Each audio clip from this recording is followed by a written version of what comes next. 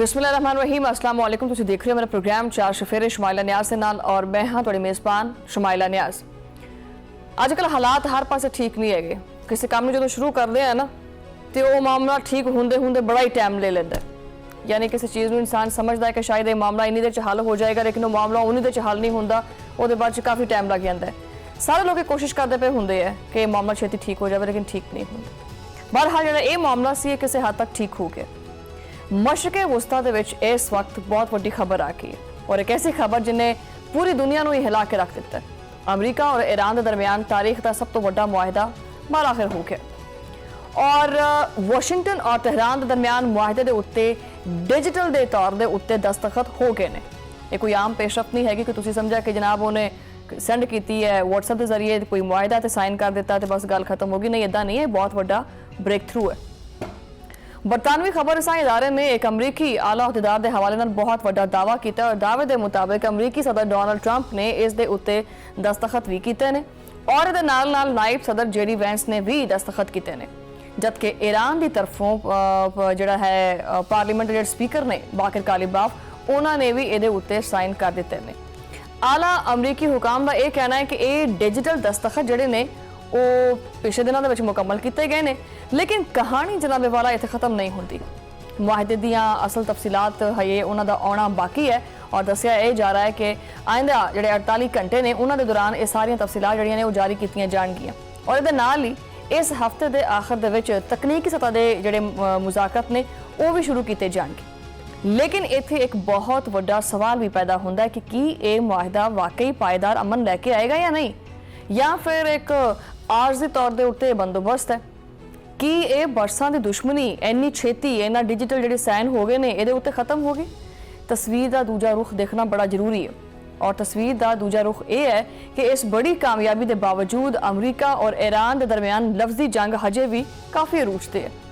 दोनों तरफ जो ना वो बयानात ने वो काफ़ी तेज़ चलते पे ने और अमरीकी नायब सदर जेडी वैंस ने इस मुआहदे तो बाद मुख्तलिफ जो टीवी चैनल्स ने उन्होंने उत्ते प्रोग्राम्स भी किए हैं, उन्होंने प्रोग्राम्स में शिरकत की है और उत्थे बहुत सारे सवालात और तनकीद के जवाब भी दिते हैं।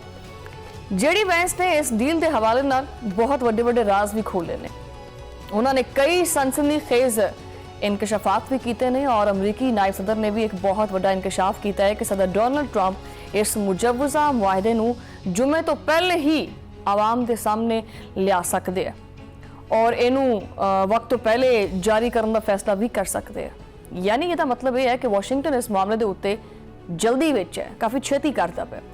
दूजे पासे जेडी वैंस ने इन्हां खबरों की साफ साफ तरदीद की है कि ईरान नूं अरबां डॉलर मालीयत के असासे मुंतकल किए जा रहे हैं। उन्होंने वाज़ह किया है कि मुआहदे की तफसीलात हजे तय होना बाकी है और अमरीकी नायब सदर का यह कहना है कि मुज़ाकरात दे विच अमरीका की पोजीशन बहुत मजबूत है। उन्होंने ये दावा भी किया है कि इस वक्त जोड़ा है ना वो जो साढ़े अहम कार्ड सी और सिर्फ अमरीका के हथ में है ने, जिन्हें भी साढ़े पत्ते ने वो साढ़े हथ में ने और उन्होंने ईरान नूं कड़ी तौर के उत्ते वार्निंग या समझ लो एक चेतावनी जिन्होंने कहते वो दी है। उन्होंने वाज़ह किया है कि अगर ईरान ने आपके रवैये के तब्दीली ना की तो इनू किसी भी तरफों जो ना वो कोई भी माली फायदा जोड़ा है ना नहीं मिलेगा, यानी एक टका भी नहीं लभना। इस मुजवजा फ्रेमवर्क के तहत एक अहम शर्त भी रखी गई है कि बैनुल अक़वामी जोहरी मुआयनाकार दोबारा ईरान का दौरा करेंगे और उत्थे जाके ईरान दी सारियां जड़ियां जोहरी सरगर्मियां ने ना उन्होंने निगरानी करेंगे। अमरीकी मीडिया रिपोर्ट्स के मुताबिक वाशिंगटन और तेहरान के दरमियान जारी सफारती राबतियां दे विच नुमाया तौर के उत्ते पेशरफ्त हुई है। दोनों ममालिक मशरक़े वस्ता दे विच कशीदगी के खात्मे वास्ते काम करते पे है और उत्थे लंबे अरसे तक जो ना वो इस्तेहकाम वास्ते एक जामे फ्रेमवर्क वास्ते नज़र भी जमिया हुई ने उस जगह के उत्ते। मगर इस बहुत बड़े ब्रेक थ्रू के बावजूद डोनाल्ड ट्रंप की तरफों लफ्जी गोलाबारी जारी है, यानी डोनाल्ड ट्रंप आदत तो मजबूर है। ट्रंप ने दो टोक अल्फाज के विच वाज़ह किया है कि इस मुआहदे का बुनियादी मकसद ईरान नूं एटमी ताकत बनने के हवाले नाल जो ना वो हर हाल नाल रोकना है और ट्रंप के मुताबिक यही पूरी डील है और ये पूरी डील की एक असल रूह है। उन्होंने साफ साफ आख्या कि अगर ईरान ने तयशुदा गल्लां दे उत्ते अमल ना किया तो इकतसादी पाबंदियां असीं नहीं हटाउणियां।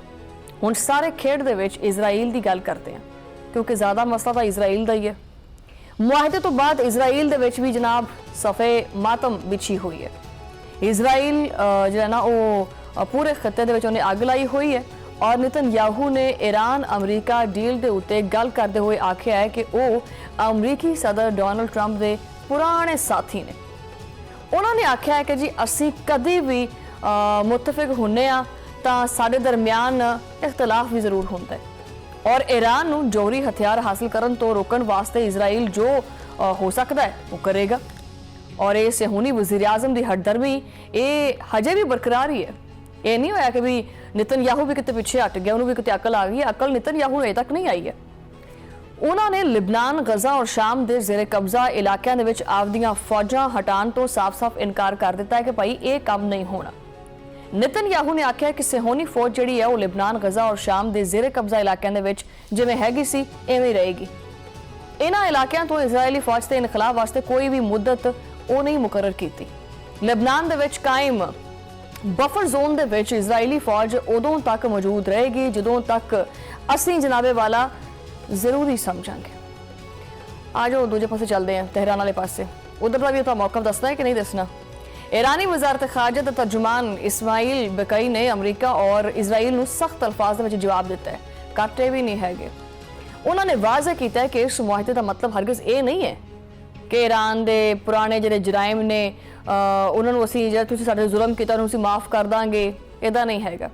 इस्माइल बकई ने आख्या है कि असी ईरानी आवाम दे उत्ते इजराइली और अमरीकी ਜਿਹੜੇ मुजालिम ने जो कुछ तुसी कीता है साडे नाल असी वो कदी नहीं भुलांगे और ना असी भुले आ ना भुलांगे। और असी इस दौरान वड्डी तादाद दे विच आपदी क़यादत जिहड़ी ना खोई है। सारे दिल तो पुछ के देखो कि असी की जिहड़ा ना वो इस जंग दे विच खोया। ईरानी तर्जुमान ने आख्या है कि ईरानी आवाम हमेशा आपदी क़यादत दे नाल खड़ी रही है और खड़ी है। नालों नाल उन्होंने गिला भी किया कि आलमी इदारे ईरान के उत्ते अमरीका और सहूनी जहारियत की मुजम्मत करने दे विच बुरी तरह नाकाम रहे हैं। इस्माइल बकई के मुताबिक अमरीकी हुकूमत नूं ईरानी आवाम का भरोसा जिहड़ा दोबारा हासिल करना हजे बाकी है और ये बड़ा मुश्किल सफ़र है, ये तय करना पड़ेगा।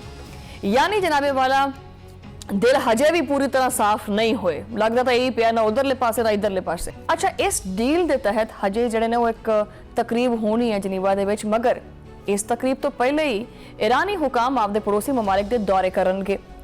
ईरान का यह कहना है कि लेबनान समेत तमाम महाजां दे उत्ते जंग हजे खत्म होनी चाहिए और लेबनान की खुदमुख्तारी का हर हाल दे विच एहतराम भी करना चाहिए।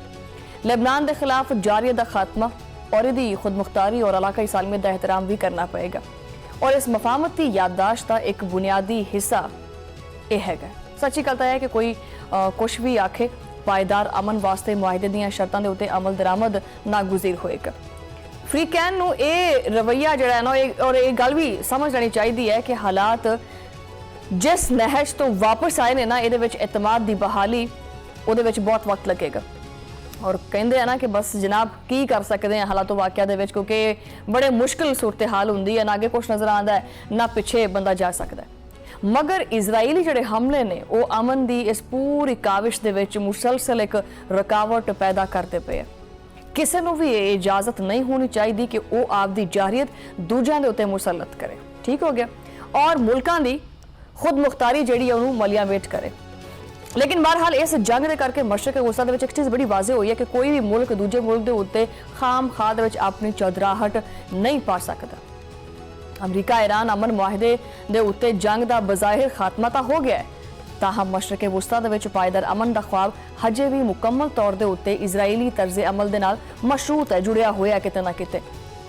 हुण इस पूरी कहानी के सब तो अहम मोड़ के उत्ते आने आ कि जुमे के दिन जनेवा दे विच इस तारीखी मुआहदे के उत्ते जी साइन होने की तकरीब है वो होनी है। दुनिया ये देखती पई है और ये देख के हैरान होती पई है कि इस आलमी तकरीब की मेज़बानी जो है ना वो कोई होर नहीं करता पे बल्कि पाकिस्तान करता पे। पाकिस्तान के वज़ीर आज़म शहबाज शरीफ साहब करनगे। लेकिन इत्थे भी सब तो ज़्यादा field marshal general Asim Munir जिहड़े ने मरकज़े निगाह बने हुए हैं। पूरी दुनिया दी नज़रां जमियां हुई ने और दूसरे पासे मगरबी मीडिया जिहड़ा हैगा वो भी पाकिस्तान के इस अजीम सालसी के किरदार की खुले दिल नाल तारीफ भी करता पाया और इतराफ़ भी करता पाया। मगरबी मीडिया कहता पाया कि हुण पूरी दुनिया पाकिस्तान नूं अमन के एक बहुत वड्डे मुहाफिज और अमली सालिस के तौर के उत्ते देखेगी। और एक ऐसा सालिस जिन्हें दुनिया नू तीसरी आलमी जंग की एक हौलनाकी तो बचा लिया। एक होर बैन अल-अक़वामी रिपोर्ट दे विच ये चीज़ आखी गई है कि इस्लामाबाद मैमोरेंडम सिर्फ और सिर्फ अमरीका और ईरान की जंग के खात्मे का बाइस नहीं है, ये उहदा बाइस नहीं बनया, बल्कि ये आलमी अमन के क्याम और अहम इशूज़ के उत्ते डायलॉग के अमल नू अगे वधाउण दा एक बहुत बड़ा जरिया बनया भी और मजीद बनेगा। जिथे तक इस तकरीब का ताल्लुक है तो इस्लामाबाद की बजाय ये जनेवा दे विच क्यों होंदे पे है, ये भी तो गल चलती पई है ना। उसका जवाब यह है कि दोस्त ममालिक के कहण दे उत्ते पाकिस्तान ने इस्लामाबाद की बजाय जनेवा नू तरजीह दी है और यदी मेज़बानी कबूल की है कि ठीक है कि तुसीं कहने हैं कि भी इत्थे नहीं बहना, आपां उत्थे बह जाने हैं, लेकिन मेज़बानी असीं करांगे। ठीक है, तो मेज़बानी कबूल की है और पाकिस्तान की एक बहुत वड्डी सफारती फतह है। मुआहिदा तो डिजिटल तौर के उत्ते हो गया है, लेकिन असल इम्तिहान हजे शुरू होया। तो जनाबे वाला की अफ्रीकैन इस अमन डील की कोई लाज रखणगे कि बरसां की पुरानी दुश्मनी ये सिग्नेचर्स के नाल खत्म हो जाएगी कि इजराइल इस अमन जिहड़ा अमल हैगा उन्होंने चलन देगा अगे। ये वो सवालात ने जिन्हां दा जवाब पूरी दुनिया बड़ी शिद्दत नाल इंतजार करती पई है। ताकत के इस आलमी खेड दे विच पाकिस्तान ने दुनिया नू एक बहुत वड्डी तबाही तो बचाया और आपदा लोहा भी मनाया। हुण एक देखना ये चीज़ है कि वाशिंगटन और तेहरान अमन की इस नाजुक जी सूरत हाल है, जी राह है, ये उत्ते किन्नी क दूर नालों नाल चल सकते हैं, क्योंकि मशरक़े वुस्ता दे विच अमन का ख्वाब सिर्फ गल्लां नाल नहीं होंदा, बल्कि मुखलिसाना अमल दे नाल ही पूरा होंदा है। इसी मुखलिसाना सोच के नाल एक मुखलिसाना ब्रेक लेने हैं और ब्रेक तो बाद मुखलिसाना गलबात फिर जारी है।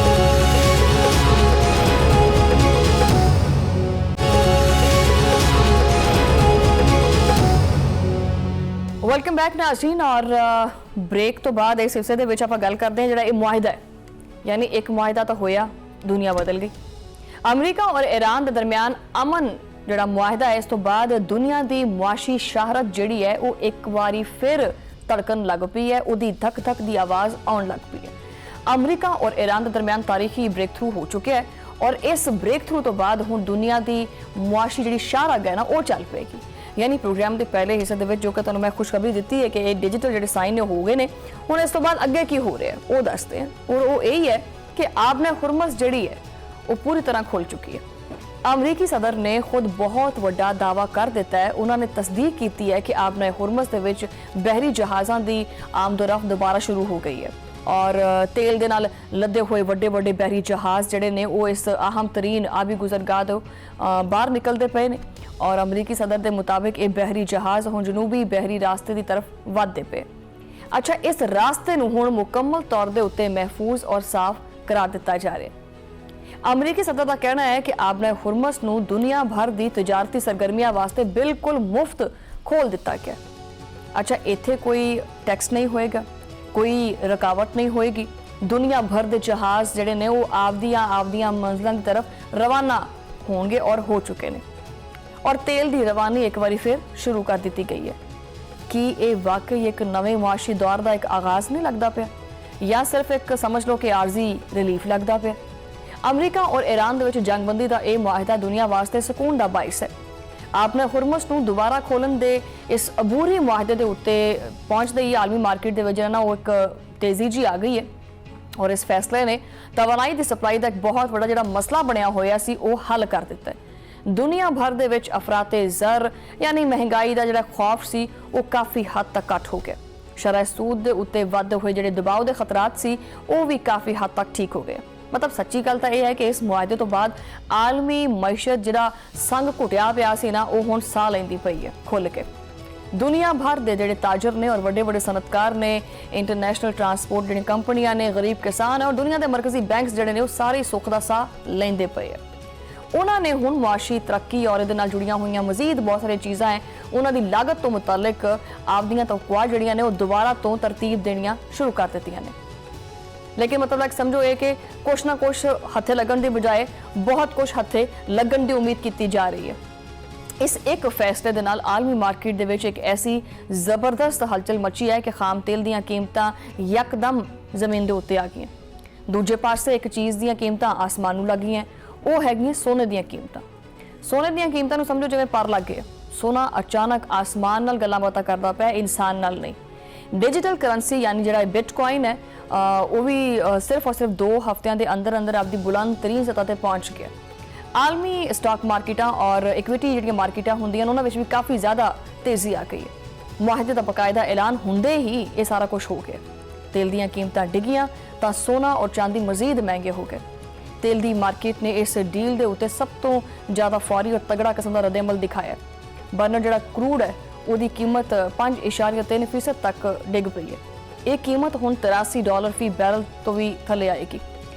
ਦੂਜੇ ਪਾਸੇ ਜਿਹੜਾ ਵੈਸਟ ਟੈਕਸਾਸ ਹੈ ਔਰ ਇੰਟਰਮੈਂਡਟ ਹੈ ਉਹ ਵੀ ਔਰ WTI ਹੈਗਾ ਉਹ ਵੀ ਉਹਦੀਆਂ ਕੀਮਤਾਂ ਵੀ ਹੌਲੀ ਹੌਲੀ ਜਿਹੜਾ ਨਾ ਉਹ ਸਸਤੀਆਂ ਹੁੰਦੀਆਂ ਪਈਆਂ। ਤੇਲ ਵੀ ਕਾਫੀ ਸਸਤਾ ਹੁੰਦਾ ਪਿਆ।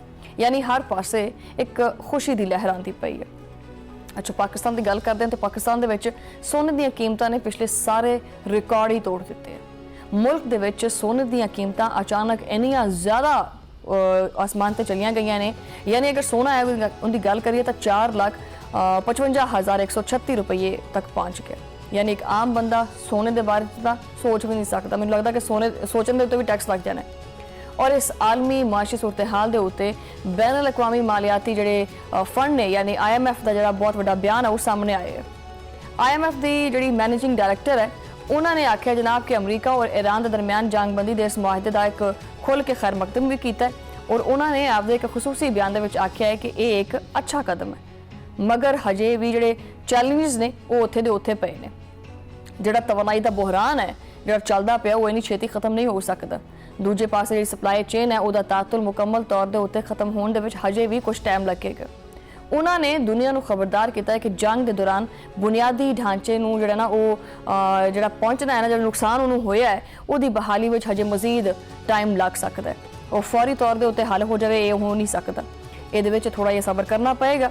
ਔਰ ਉਹਨਾਂ ਨੇ ਮਜ਼ੀਦ ਆਖਿਆ ਕਿ ਆਲਮੀ ਮਾਸ਼ੀ ਬਹਾਲੀ ਦਾ ਜਿਹੜਾ ਦਾਰੋਮਦਾਰ ਹੈ ਹੁਣ ਮੁਕੰਮਲ ਤੌਰ ਦੇ ਉੱਤੇ ਇਸ ਗੱਲ ਦੇ ਉੱਤੇ ਹੈ ਕਿ ਤਵਾਨਾਈ ਦੀ ਜਿਹੜੀ ਫਰਾਹਮੀ ਹੈ ਉਹਨੂੰ ਪਹੁੰਚਣ ਵਾਲਾ ਇਹ ਝਟਕਾ ਕਿੰਨਾ ਸ਼ਦੀਦ ਸੀ।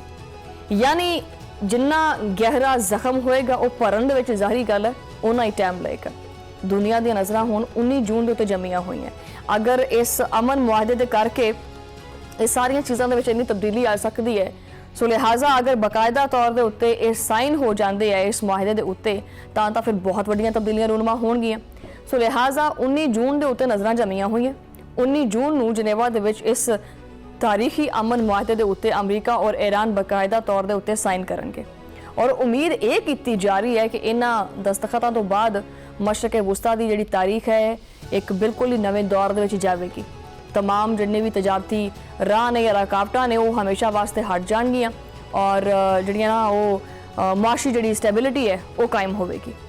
एक दूजे के उत्ते जिहड़े हमले ने और भयानक जिहड़े खतरात सी एक दूजे के उत्ते वो टल जाएंगे और खलीज फारस के तमाम ममालिक एक दूजे के नाल बिल्कुल एक नवी जिहड़ी शुरुआत हुंदी है या आगाज़ हुंदा है वो करनगे। इत्थे ये सोचना भी जरूरी है कि खलीजी खिते के सारे फरीक इस तलख जिहड़ा तजर्बा होया है ਇਹਦੇ ਤੋਂ ਕੁਝ ਸਿੱਖਣਗੇ ਕਿ ਉਹ ਇਸ ਚੀਜ਼ ਨੂੰ ਯਕੀਨੀ ਬਣਾਉਣਗੇ ਕਿ ਮੁਸਤਕਬਲ ਦੇ ਵਿੱਚ ਇਸ ਖਿੱਤੇ ਨੂੰ ਇਸ ਤਰ੍ਹਾਂ ਦੇ ਭਿਆਨਕ ਮੁਆਸ਼ੀ ਔਰ ਜਿਹੜੇ ਫੌਜੀ ਤਜਰਬਾਤ ਜਿਹੜੇ ਕਰਦੇ ਫਿਰਦੇ ਸੀ ਇਹ ਦੁਬਾਰਾ ਨਹੀਂ ਕਰਨੇ ਚਾਹੀਦੇ। ਔਰ ਇਹਦੇ ਨਾਲ ਸਭ ਤੋਂ ਵੱਡੀ ਔਰ ਜ਼ਰੂਰੀ ਚੀਜ਼ ਇਹ ਹੈ ਕਿ ਖਿੱਤੇ ਦੇ ਜਿਹੜੇ ਸਾਰੇ ਮੁਲਕ ਨੇ ਉਹ ਸਫਾਰਤੀ ਹਿਕਮਤ ਦੇ ਨਾਲ ਅੱਗੇ ਵਧਣਗੇ ਔਰ ਇਹਨਾਂ ਨੂੰ ਚਾਹੀਦਾ ਹੈ ਕਿ ਉਹ ਜੰਗ ਦੀ ਜਿਹੜੀਆਂ ਤਲਖ ਯਾਦਾਂ ਨੇ ਨਾ ਉਹਨਾਂ ਨੂੰ ਹਮੇਸ਼ਾ ਆਪਣੇ ਮਾਈਂਡ ਵਿੱਚ ਰੱਖਣ ਵੈਸੇ ਕਿ ਇਹਦਾ ਨੁਕਸਾਨ ਕੀ ਹੁੰਦਾ ਠੀਕ ਹੈ और ਇਹਦਾ ਨੁਕਸਾਨ ਕੀ ਹੋਇਆ ਕਿਸੇ ਨੂੰ ਉਹਦਾ ਫਾਇਦਾ ਕੀ ਹੋਇਆ ਹਰ ਚੀਜ਼ ਦੇ ਜਿਹੜੇ ਕਨਸੀਕੁਐਂਸਸ ਹੁੰਦੇ ਨੇ ਉਹਨਾਂ ਨੂੰ ਸਾਹਮਣੇ ਰੱਖਦੇ ਹੋਏ ਇਨਸਾਨ ਨੂੰ ਅੱਗੇ ਵਾਲੇ ਟਾਈਮ ਦਾ ਜਿਹੜਾ ਨਾ ਫੈਸਲਾ ਕਰਨਾ ਚਾਹੀਦਾ। ਖਲੀਜੀ ਖਿੱਤੇ ਦੀ ਜਿਹੜੀ ਸਾਰੀ ਦੌਲਤ ਹੈ ਔਰ ਜਿਹੜੇ ਸਾਰੇ ਦੌਲਤਮੰਦ ਨੇ ਉਹ ਤਰੱਕੀ ਯਾਫਤਾ ਜਿਹੜੀਆਂ ਰਿਆਸਤਾਂ ਹੁੰਦੀਆਂ ਨੇ ਉਹ ਇਸ ਪੂਰੀ ਸੂਰਤ ਹਾਲ ਦੇ ਵਿੱਚ ਕਿਸੇ ਡਰਾਉਣੇ ख्वाब ਤੋਂ ਉਹਨਾਂ ਵਾਸਤੇ ਘੱਟ ਨਹੀਂ ਹੋਏਗਾ ਜਿਸ ਸੂਰਤ ਹਾਲ ਦਾ ਸਾਹਮਣਾ ਪਿਛਲੇ ਮਹੀਨਿਆਂ ਵਿੱਚ ਹੋ ਚੁੱਕਿਆ ਹੋਇਆ। और जो अग लगी होवे ना तो इस अग नूं बुझाउण दा वक्त आया होवे तो उहदे विच बहुत सारे मुल्क जिहड़े ने सालिसी दा किरदार करके खिते दे विच जिहड़ा अमन है वो भी कायम करदे है ताकि आसे पासे दे मुल्कां नूं भी भरपूर फायदा होवे। बहरहाल हुण वक्त आ गया है कि बाहमी जिहड़ियां रंजिशां हैगियां ने उन्हां नूं खत्म करके हमेशा वास्ते मिटा दिता जावे और दिलों दे विच एतमाद नूं फरोग दिता जावे ताकि मजीद तरक्की जिहड़े मौके ने वो पैदा होण। बहरहाल इत्थे ब्रेक लेने ब्रेक तो बाद गलबात जारी है।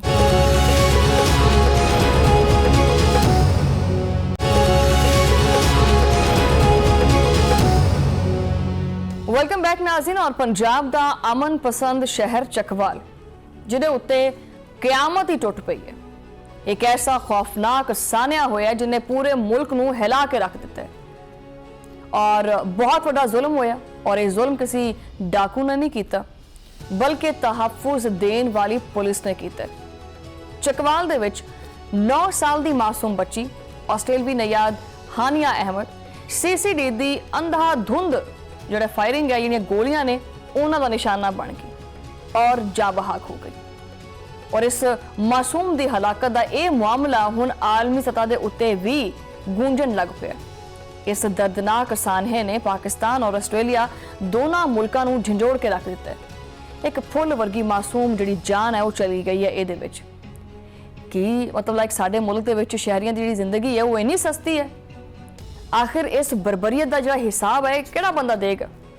ये सवाल जो ना हर दर्द दिल रखने वाला जो इंसान है जिहदे दिल में एहसास है वो पुछदा पिया। इस वाक़े की तफसील जी कुछ इस तरह है कि अगर बंदा वो तफसील पढ़े तो दिल खून के आंसू रोंदा है। वैसे 9 साल हानिया अहमद और एदा बदनसीब खानदान मतलब लाइक तकरीबन हाल ही दे विच हज करके जो ना हज की सादत करके पाकिस्तान आए सी। वापसी का दिन सी और 10 जून की वो मनहूस सुबह सी कि ये फैमिली चकवाल दे विच आपदी एक किराए की गड्डी दे विच सफ़र करती पई सी। लेकिन अचानक राह दे विच मुसल्ला जिहड़े डाकू ने वो आ गए और उन्होंने असलहे के जोर के उत्ते इस मासूम जिहड़ा खानदान हैगा इनू यरगमाल बना लिया।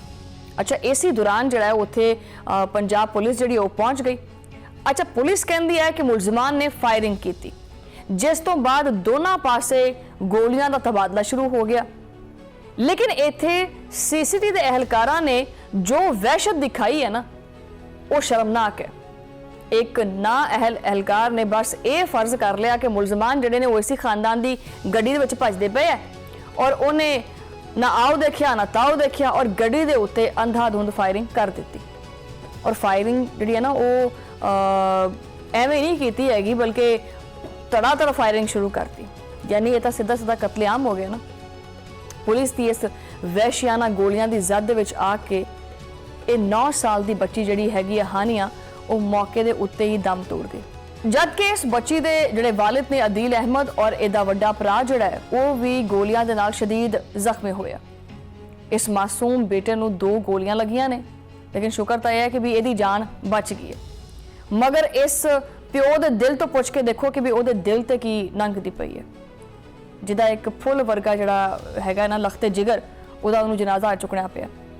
मासूम हानिया दे जिहड़े वालिद अदील अहमद ने उन्होंने एक ऑडियो पैगाम जिहड़ा ना वो भी उन्होंने जारी होया है और उन्होंने आवाज़ दे विच एक दर्द है जो कि पूरे मुल्क नूं रुला दिंदा है। वो रो रो के इंसाफ की दुहाई दिंदा पिया। दूजे पासे चकवाल पुलिस वो आपदी ही जिहड़ी पिठ हैगी वो थपथपाई जाती है। पुलिस ये दावा करती पई है कि डकैती करने वाले दोनों डाकू जिहड़े हैगे ने वो एक मुबैना मुकाबले दे विच मारे गए ने। मगर सवाल यह है कि डाकुआं दे मरण दे नाल जिहड़ा है वो तुसीं ये भी कर सकते हैं कि भी किसी दी तुसीं गोद भी उजाड़ दिओ। तुसीं डाकू मारने है कि बच्ची मारनी है? मतलब कि इन्ना भी पता नहीं हैगा, इन्नी भी सेंस नहीं है कि भी गोलियां किन्नियां चलानियां ने, किवें चलानियां, भी शहरियां दी भी तो जानो माल दा तहफ्फुज़ करना है कि नहीं करना। इस खूनी खेड तो बाद हुण जाके किते कानून जागे कतल के मुकदमे दे विच गिरफ्तार CCTV दे जिहड़ा एक जिहड़ा एहलकार है ना एहलकार जिहड़ा हैगा उन्होंने जुडिशल रिमांड के उत्ते जेल भेज दिता गया। प्रोसिक्यूटर जनरल पंजाब ने भी इस लर्जा खेज वाक़े का सख्त नोटिस लिया और केस नूं बकायदा हाई प्रोफाइल केस डिक्लेयर कर दिता है। अदालत के जिहड़े तमाम रिकॉर्ड ने वो उन्हें तलब किए अदालत ने और इस संगीन वाक़े की तहकीकात वास्ते एक मुश्तरका तहकीकाती टीम यानी जिन्हों ये JIT कहते वो बना दी गई है और JIT ने जख्मी वालिद का बयान भी रिकॉर्ड कर लिया और ये टीम जी आपकी हतमी रिपोर्ट जी है CCTV के सरबराह को पेश करेगी। लेकिन की ये रिपोर्ट या ये कागज़ के टुकड़े कभी इंसाफ दिला सके ने कि जी ये समझ लो कि ये दोबारा वही है कि कोई नहीं कुछ नहीं होता बस 3-4 दिन केस चलेगा उस बाद बंद हो जाएगा। ये वही रवायती जी पॉलिसी है वो चलती पई है। तुसी जरा CCTV दे जी डिटाई है ना वह आलम वेखो कि जो चौधरी चारों पासों फस जाता है ना और आलमी दबाव भी पैंदा है ਤਾਂ ਫਿਰ CCD ਨੇ ਬਲਾਖਿਰ ਆਪਦੀ ਗਲਤੀ ਦਾ ਇਤਰਾਫ ਕੀਤਾ ਹੈ। ਵਰਨਾ ਅਗਰ ਇਹ ਚਾਰੋਂ ਪਾਸੋਂ ਦਬਾਅ ਨਾ ਪੈਂਦਾ ਤੇ ਇਹਨਾਂ ਨੇ ਆਪਣੀ ਗਲਤੀ ਦਾ ਇਤਰਾਫ ਵੀ ਨਹੀਂ ਕਰਨਾ ਸੀ।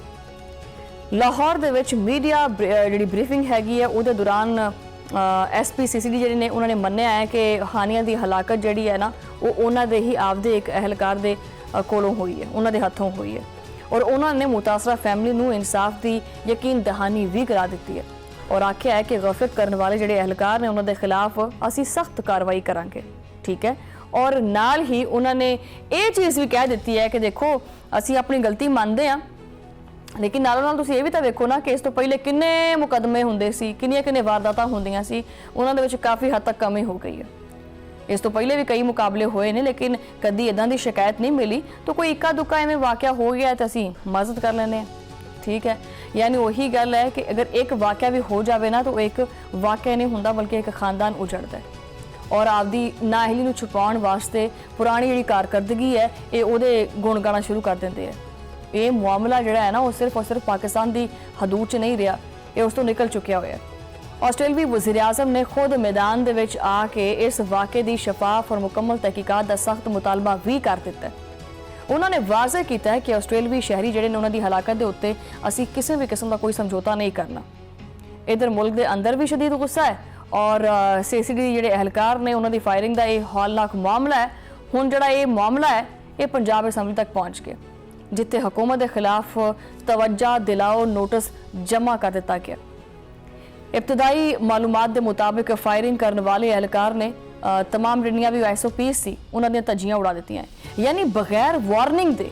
ਇੱਕ ਤਾਂ ਨਾ ਬੰਦਾ ਵਾਰਨਿੰਗ ਦਿੰਦਾ, ਬਗੈਰ ਵਾਰਨਿੰਗ ਦੇ ਗੋਲੀ ਚਲਾਈ ਹੈ ਔਰ ਸ਼ਨਾਖਤ ਦੇ ਮਿਆਰ ਨੂੰ ਤਾਂ ਬਿਲਕੁਲ ਹੀ ਉਹਨੇ ਆਖਿਆ ਕਿ ਰਹਿਣ ਹੀ ਦਿਓ, ਸ਼ਨਾਖਤ ਤਾਂ ਕਰਨੀ ਨਹੀਂ ਹੈਗੀ, ਉਹਨੇ ਉਸ ਚੀਜ਼ ਨੂੰ ਨਜ਼ਰਅੰਦਾਜ਼ ਕਰ ਦਿੱਤਾ। ਇਹ ਵਹਿਸ਼ਤਨਾਕ ਵਾਕਿਆ ਸਾਡੇ ਕਾਨੂੰਨ ਨਾਫਜ਼ ਕਰਨ ਵਾਲੇ ਇਦਾਰਿਆਂ ਦੀ ਤਰਬੀਅਤ ਦੇ ਉੱਤੇ ਇੱਕ ਬਹੁਤ ਵੱਡਾ ਥੱਪੜ ਹੈ। ਕੀ ਸਾਡੀ ਪੁਲਿਸ ਸਿਰਫ ਗੋਲੀ ਚਲਾਉਣਾ ਜਾਣਦੀ ਹੈ? ਕੀ ਮਾਸੂਮ ਸ਼ਹਿਰੀਆਂ ਦਾ ਤਹਫੁਜ਼ ਕਰਨਾ ਉਹਨਾਂ ਦਾ ਫਰਜ਼ ਨਹੀਂ ਹੈ? ਬਲਕਿ ਸੱਚੀ ਗੱਲ ਤਾਂ ਇਹ ਹੈ ਕਿ ਪੁਲਿਸ ਮੁਜਰਮਾਂ ਦੇ ਤਾਕੁਬ ਦੇ ਵਿੱਚ ਜਿੰਨੀ ਮੁਸਤਦ ਹੁੰਦੀ ਹੈ ਨਾ ਉਨੀ ਮਾਸੂਮ ਸ਼ਹਿਰੀਆਂ ਦੀ ਜਾਨ ਵਾਸਤੇ ਨਹੀਂ ਹੁੰਦੀ। ਇਸ ਤੋਂ ਕਿਤੇ ਜ਼ਿਆਦਾ ਜਿਹੜਾ ਨਾ ਉਹ ਅੱਗੇ ਦੀ ਚੀਜ਼ ਨਜ਼ਰ ਆਉਂਦੀ ਪਈ ਹੈ। ਚੱਕਵਾਲ ਦਾ ਇਹ ਸਾਨਿਆ ਹੁਣ ਆਲਮੀ ਮੀਡੀਆ ਦੇ ਵਿੱਚ ਪਾਕਿਸਤਾਨ ਦੀ ਬਦਨਾਮੀ ਦਾ ਬਾਇਸ ਬਣਦਾ ਪਿਆ ਔਰ ਮੇਰੇ ਖਿਆਲ 'ਚ ਹੁਣ ਤਾਂ ਇਹ ਵਕਤ ਆ ਜਾਣਾ ਚਾਹੀਦਾ ਹੈ ਕਿ ਪੁਲਿਸ ਦੀ ਤਰਬੀਅਤ ਨੂੰ ਆਲਮੀ ਮਿਆਰ ਦੇ ਮੁਤਾਬਿਕ ਜਿਹੜਾ ਨਾ ਉਹ ਬਦਲਿਆ ਜਾਵੇ ਔਰ ਫਾਇਰਿੰਗ ਜਿਹੜੇ ਪ੍ਰੋਟੋਕੋਲ ਨੇ ਉਹਨਾਂ ਦੇ ਉੱਤੇ ਸਖਤੀ ਦੇ ਨਾਲ ਅਮਲ ਦਰਾਮਦ ਕਰਾਇਆ ਜਾਵੇ। ਇਸ ਤਰ੍ਹਾਂ ਦੀਆਂ ਮੁਜਰਮਾਨਾ ਜਿਹੜੀਆਂ ਖਿਲਾਫ ਵਰਜ਼ੀਆਂ ਨੇ ਉਹ ਨਹੀਂ ਹੋਣੀਆਂ ਚਾਹੀਦੀਆਂ। ਮਹਿਜ਼ ਇਹ ਇੱਕ ਇਨਫਰਾਦੀ ਗਲਤੀ ਕਹਿ ਕੇ ਇਹਨੂੰ ਨਜ਼ਰਅੰਦਾਜ਼ ਨਹੀਂ ਕਰਨਾ ਚਾਹੀਦਾ। ਇਹ ਸਰਾਸਰ ਇੱਕ ਇਦਾਰਾਤੀ ਔਰ ਇੰਤਜ਼ਾਮੀ ਨਾਕਾਮੀ ਹੁੰਦੀ ਹੈ। ਚੱਕਵਾਲ ਦਾ ਇਹ ਵਾਕਿਆ ਕੋਈ ਅਨੋਖਾ ਵਾਕਿਆ ਨਹੀਂ ਹੈਗਾ, ਇਸ ਤਰ੍ਹਾਂ ਦੇ ਕਈ ਵਾਕਿਆਤ ਹੋਏ ਨੇ ਪੰਜਾਬ ਦੇ ਵਿੱਚ। CCD ਦੇ ਮੁਬੈਨਾ ਜਿਹੜੇ ਮੁਕਾਬਲੇ ਨੇ ਉਹਨਾਂ ਦੇ ਵਿੱਚ ਮੁਸਲਸਲ ਇੱਕ ਖੌਫਨਾਕ ਇਜ਼ਾਫਾ ਦੇਖਣ 'ਚ ਆਇਆ।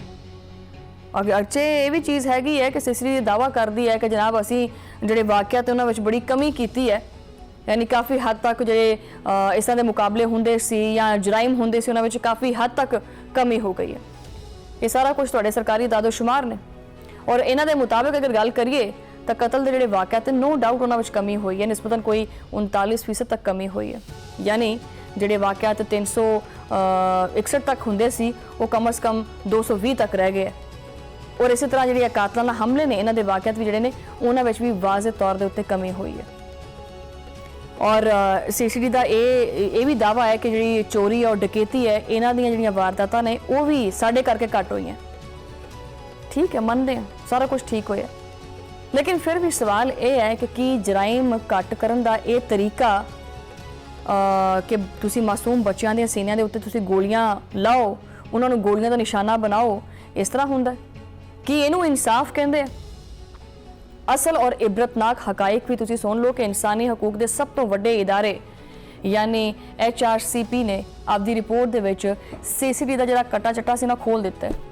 ਰਿਪੋਰਟ ਦੇ ਮੁਤਾਬਿਕ 2025 ਦੇ ਸਿਰਫ 8 ਮਹੀਨਿਆਂ ਦੇ ਅਰਸੇ ਦੇ ਵਿੱਚ ਕਮ ਅਜ਼ ਕਮ 670 CCD ਮੁਕਾਬਲਿਆਂ ਨੂੰ ਦਸਤਾਵੇਜ਼ੀ ਸ਼ਕਲ ਦਿੱਤੀ ਗਈ ਹੈ ਔਰ ਇਹਨਾਂ ਮੁਕਾਬਲਿਆਂ ਦੇ ਵਿੱਚ 924 ਮੁਲਜ਼ਮਾਂ ਨੂੰ ਮੌਤ ਦੇ ਘਾਟ ਉਤਾਰਿਆ ਗਿਆ। ਔਰ ਸਭ ਤੋਂ ਹੈਰਾਨਕੁਨ ਔਰ ਮਸ਼ਕੂਕ ਗੱਲ ਤਾਂ ਇਹ ਹੈ ਕਿ ਇਹਨੇ ਜਿਹੜੇ ਸਾਰੇ ਮੁਕਾਬਲੇ ਨੇ ਇਹਨਾਂ ਦੇ ਬਾਵਜੂਦ ਇਸ ਪੂਰੇ ਅਰਸੇ ਦੇ ਵਿੱਚ ਸਿਰਫ 2 ਪੁਲਿਸ ਅਹਿਲਕਾਰ ਮਾਰੇ ਗਏ।